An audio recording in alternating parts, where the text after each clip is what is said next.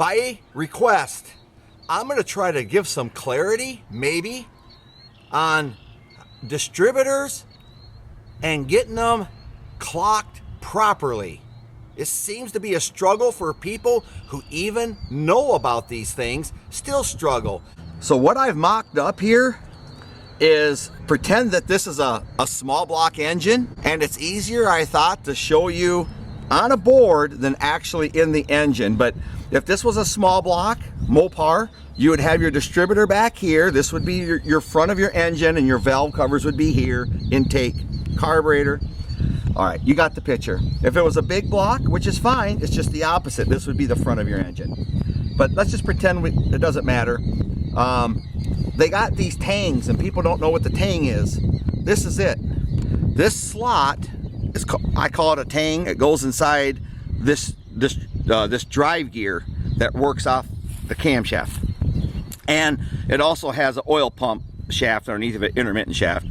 So this is what you're looking at, and most people call this either you're 180 on or 180 off because it's slotted. Many distributors from like a Slant 6 or Fords or whatever, they got a gear like this on the bottom to where you can clock it every tooth. But on the Mopar, you don't have that. You got this single slot. So the general consensus is you want the distributor rotor facing, this is your rotor. You want the rotor facing #1 cylinder on the compression stroke. You know, you pull out the spark plug, put your thumb over the hole, turn it over, and when it blows it off, that's the compression stroke.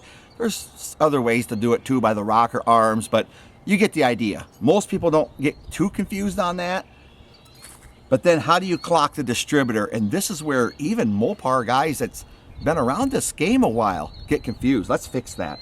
So what I got here is a generic pointer, and I want to show you what trips people up. But the general rule of thumb is aim the slot at #1, and then your rotor's facing at #1. Not always. And that's where the confusion happens, and that's where the arguments happen. Not always. So you bought your classic Mopar, and it had one of these, you know, $60 ready-to-run distributors right from eBay. Okay, not a problem. But you're gonna upgrade it back to the, I said upgrade, back to the original Chrysler distributor system. So what I'm gonna do is I'm gonna put this in there. Remember, we got this clocked to the #1 cylinder, which would be up here. So I'm putting this in here. Now what I want you to do is notice where this rotor is pointing.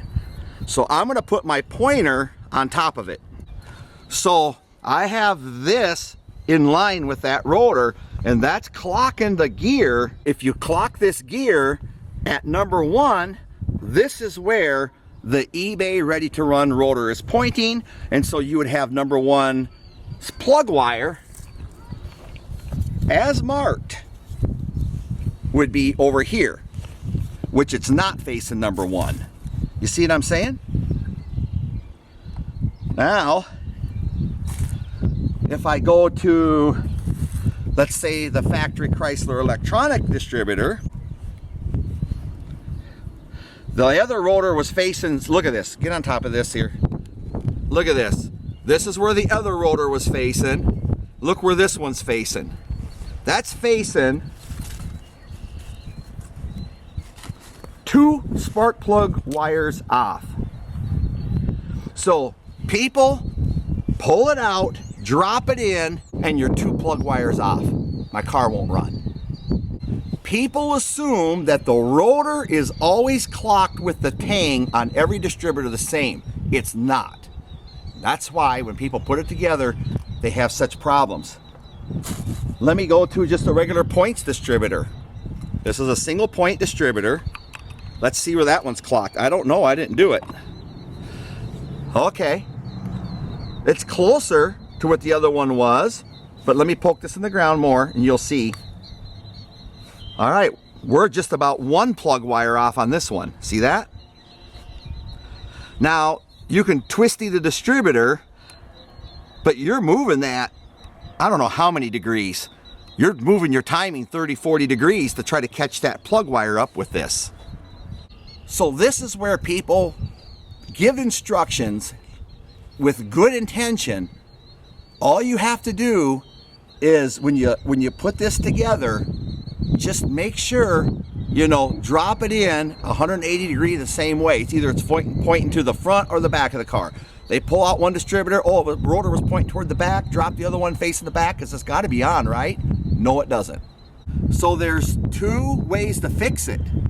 You can play musical chairs with your wires and move them over one or two, and then number one is over here or back here, or you can clock this to make your rotor pointing at number one, if that's how you want to do that. And you can do this right in the car. You go take your distributor out, obviously, you go right through there with this, with a screwdriver, you turn this clockwise, this will crawl up that gear, and then go back in and back it down in. And now look where it is. I went from here to here, and I probably moved that 1.5 spark plug wires. Now you can catch up. So this is where people get confused when an engine is assembled. They assemble their engine, they put this slot facing the number one, assuming that all distributors are clocked that way, and they are not. So if you know what distributor you're going to run, if you're going to run this single point distributor and your 65 Plymouth Belvedere and you're assembling your engine together, take the distributor you're going to use, put it in there, and seeing if it's clocked there. This one isn't. It's not clocked there. This is pointing actually at number 3 or in between 3 and number 5 plug. So I'm going to have to not have this the way everyone tells you to. I'm going to have to drive this up the gear and drop it in again like that. Now let's see. I moved it a tooth, and now it's pointing right at number one. You have to clock the gear to the distributor you're using if you want your rotor pointing at number one, assuming it's going to fire your number one plug wire. So this is where people say, I don't want points. I bought this eBay ready to fire distributor for 60 bucks, and I'm going to put it in, and they do that, and they end up pointing 2 cylinders over. This is what makes people get really confused. It's an assumption that all distributors are clocked the same. The rotor and the tang, they're not. Does this give some clarity to the discussion? You got to clock the gear with your distributor if you want it number one plug and the rotor to be pointing at number one and all up here at the number one cylinder. It's all got to be clocked like that. It's really easy to do, to get it to run, but it really trips people up, especially when they do a distributor swap and they can't get it to work the way they thought it was. I had to crank my distributor 40 degrees and now it does this and now it does that. That's why. So I guess I can just say in closing, if you learn nothing else, the tang and the rotor aren't always clocked the same on every distributor. I hope that makes sense. I hope.